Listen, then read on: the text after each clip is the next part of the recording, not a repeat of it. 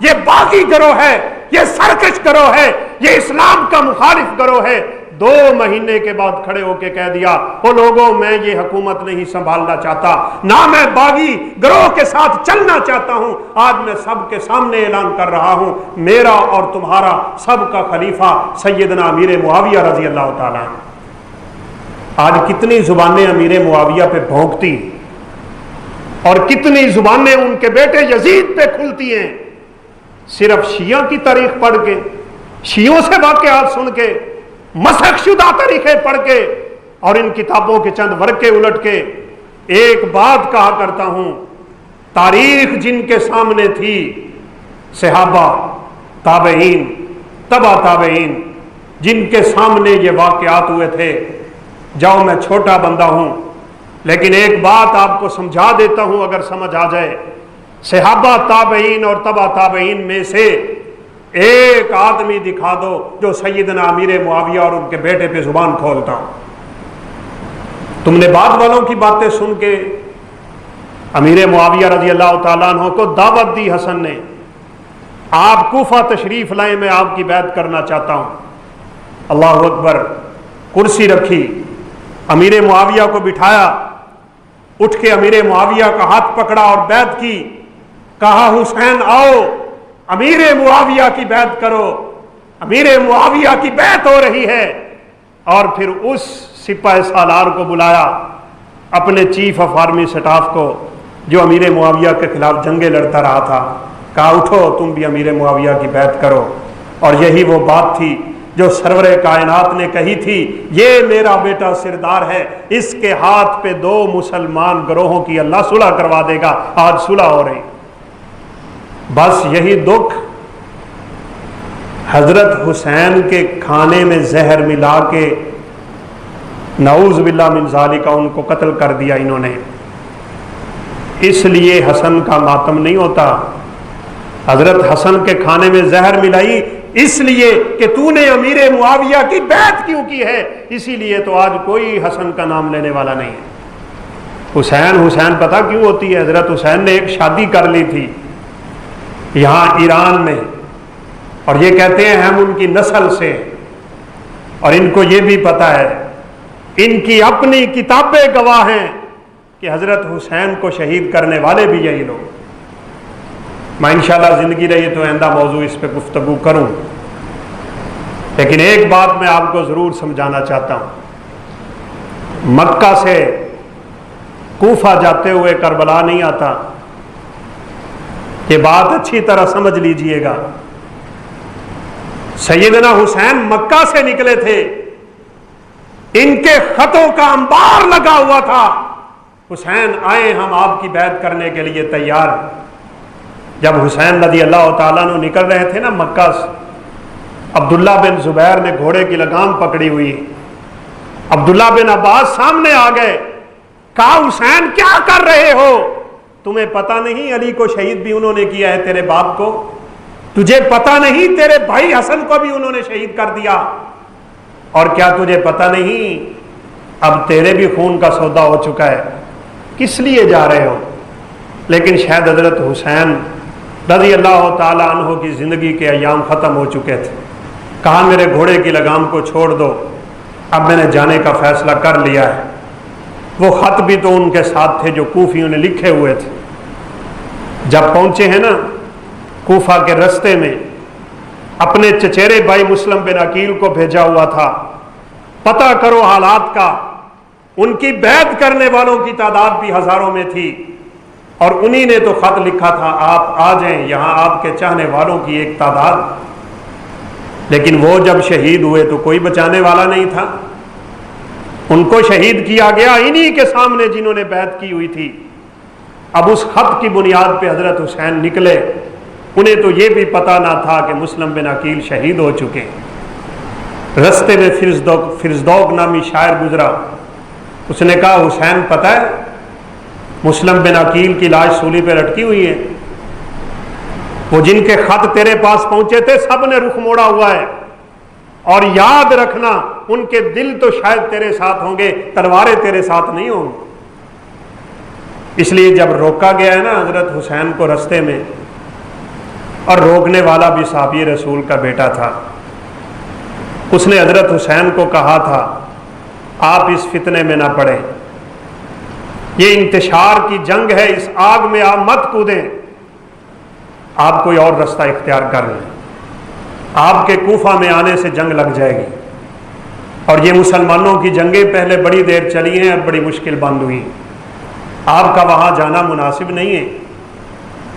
تو میں تاریخ کا چھوٹا سا طالب علم، حضرت حسین نے وہاں سے اپنا رخ بدلا ہے۔ وہاں سے حضرت حسین جا رہے تھے یزید کی طرف، اسی لیے کربلا رستے میں آیا تھا۔ کوفہ سے شام کی طرف جاتے ہوئے کربلا آتا ہے، مکہ سے کوفہ جاتے ہوئے کربلا نہیں آتا۔ بالکل آپ یوں سمجھے کہ ایک آدمی نے ہیڈ پہ جانا تھا اور وہ پکڑا گیا کہیں اس جانب جا کے، ادھر کیا کرنے جا رہا تھا۔ جب ان بدبختوں کو علم ہوا نا کہ سیدنا حسین تو جا رہے ہیں یزید کے پاس، ہمارے سارے راز کھل جائیں گے، پردے سارے اٹھ جائیں گے، یہ خطوں کا انبار بھی اس کے سامنے رکھ دیا جائے گا، پھر ہماری خیر نہیں۔ انہی لوگوں نے آگے بڑھ کے سیدنا حسین کو شہید کیا ہے، کربلا کے میدان میں کیا ہے، آج اسی لیے پیٹنا ہے۔ ان کی کتابوں میں لکھا ہوا ہے خذلتنا شیعتنا، حسین کے یہ الفاظ تھے، ان شیعوں نے مجھے دھوکہ دے دیا۔ شیعہ ایک جماعت اور گروہ کو کہتے ہیں، اپنے آپ کو میرے ساتھی ظاہر کر کے میرے ساتھ دھوکہ کر رہے ہیں، اب میرے اوپر اپنی تلوار کا رنگ چڑھانا چاہتے ہیں۔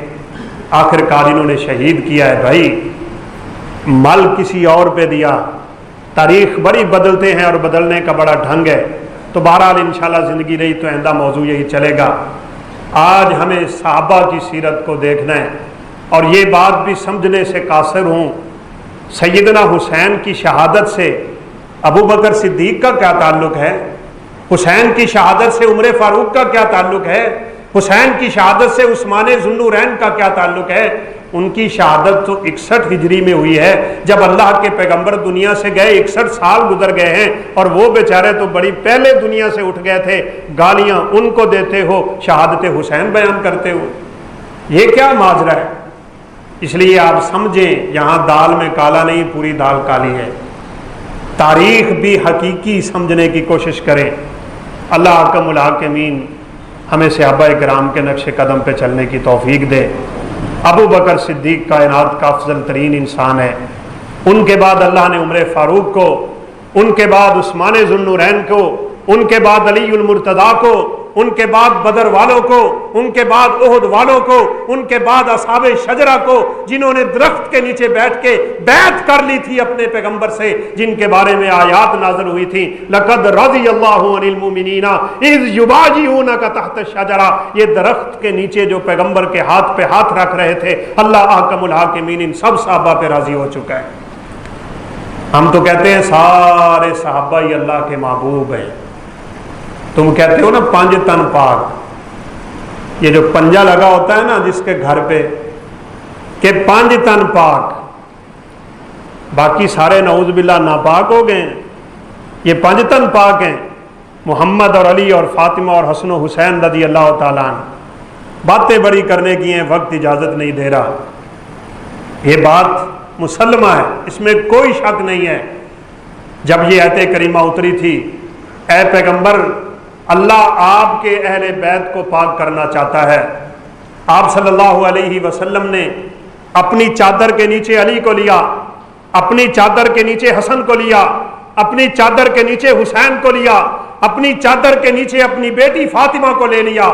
آپ نے فرمایا اللہم ہؤلاء اہل بیتی فطہرہم، اللہ تو وعدہ کرتا ہے، تیرا وعدہ ہے میرے اہل بیت کو پاک کر دے گا، یہ میری چادر کے نیچے میرے اہل بیت ہیں، یا اللہ ان سب کو پاک کر دے۔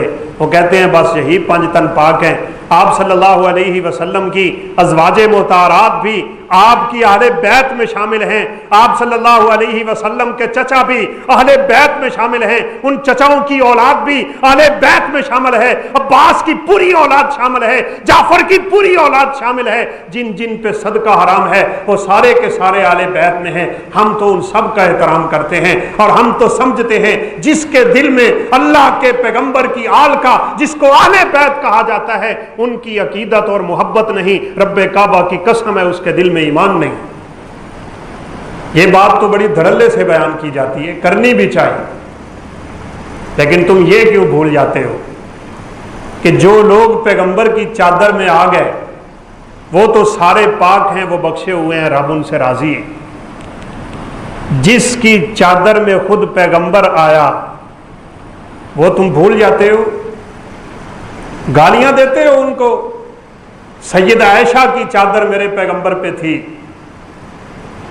تو آپ صلی اللہ علیہ وسلم کی بعض ازواج کہنے لگی، بعض بیویاں کہنے لگی آپ عائشہ کی چادر اوڑھ لیتے ہیں، ہماری چادریں نہیں اوڑھتے، اس میں کیا راز ہے؟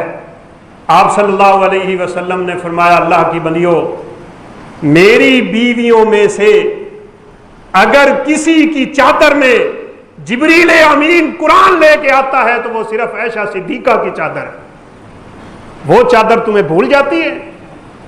جب رسول کائنات صلی اللہ علیہ وسلم ہجرت کر کے آئے، لوگوں کو علم نہیں ہو رہا اللہ کے پیغمبر کون ہے، ابو بکر صدیق کون؟ آپ کی عاجزی، آپ کی انکساری، اپنے آپ کو اپنے صحابہ کے ساتھ مل جل کے رکھنے والے، کوئی پہلے بڑھ کے ابو بکر صدیق سے مصافحہ کر رہا ہے، کوئی اللہ کے پیغمبر سے کر رہا ہے۔ آپ عاجز اتنے، آپ نے یہ بھی نہیں بتایا کہ رسول کائنات تو میں، آسمان پہ بادل آئے ہوئے تھے، جب بادل ہٹے اور سورج نے اپنی شعائیں پھینکی اور گرمی کی حرارت ہوئی، ابو بکر صدیق اٹھے ہیں، ابو بکر صدیق نے چادر اتاری ہے، سرور کائنات کو اپنی چادر میں لیا ہے، اور تب جا کے لوگوں کو علم ہوا تھا کہ یہ رسول کائنات ہیں صلی اللہ علیہ وسلم۔ جس کی چادر میں رسول آئیں، کیا نعوذ باللہ من ذالک، ان کے بارے میں تمہاری زبانیں کھلتی ہیں؟ اپنے ایمانوں کی فکر کریں۔ اللہ حکم الحاکمین سے دعا کرتا ہوں اللہ ہم سب کو صحابہ کرام کے نقش قدم پہ چلنے کی توفیق نصیب فرمائے، ان کی محبتیں اللہ ہمارے دلوں میں پیدا فرما دے، ان سا ایمان اللہ ہمیں عطا فرما دے۔ اللہ قیامت کے دن ہمیں اپنے صحابہ، اپنے پیغمبروں کے ساتھ، اولیاء، صدیقین اور شہداء کے ساتھ جنت میں جمع فرما دے، اور اللہ حکم الحاکمین پیغمبر صلی اللہ علیہ وسلم کے دست شفقت سے حوض کوثر کا پانی نصیب فرمائے۔ وآخر دعوانا ان الحمد للہ رب العالمین۔